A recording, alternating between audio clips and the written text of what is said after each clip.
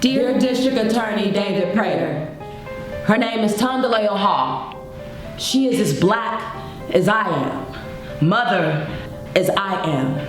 No strangeness sits in her eyes, no spite rests in her shoulders. We are face to face in Mabel Bassett Correctional Facility. Cold table, cement walls, empty playroom void of children's laughter.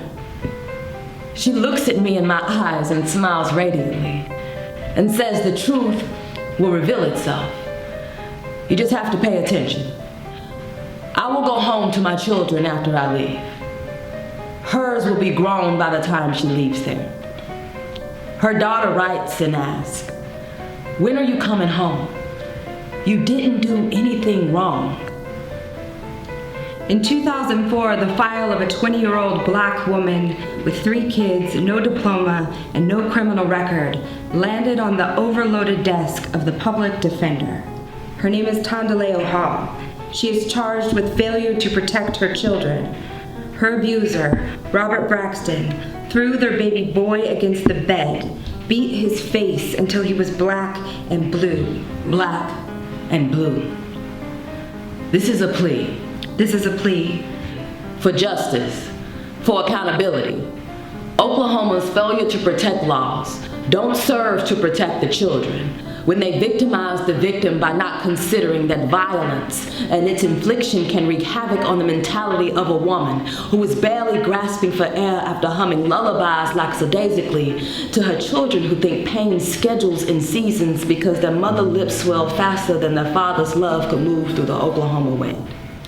Freedom is a burnt initial into her pillow. Nailed tally marks against a brick wall. Her children deserve to know a parent that won't hurt them.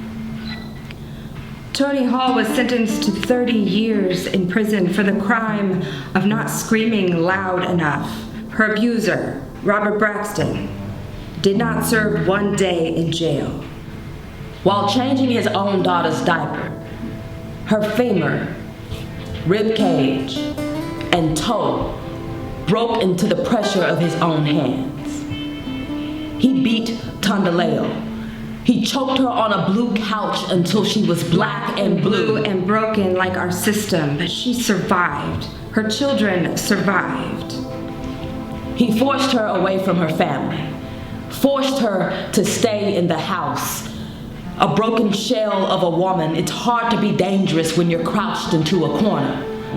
What if, in some sick and strange world, she made the right decision to stay so her and her children can be pen pals instead of neighboring tombstones? He is free. He is free. Dear David Prater, he still has access to the children. If failure to protect laws are designed to protect children, then why is he free? If the 8th Amendment forbids cruel and unusual punishment, then why is their mother still in prison?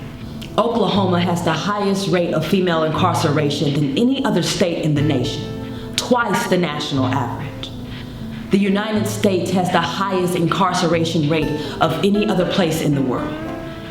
That makes Oklahoma the most dangerous place for a woman to live. It could have been any of us. It could have been any of us.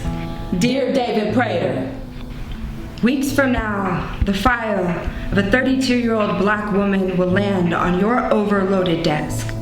You will have a choice to do as Tondaleo Hall requested and keep it 100. The truth will reveal itself. You just have to pay attention. Oklahoma women need you to get it right this time.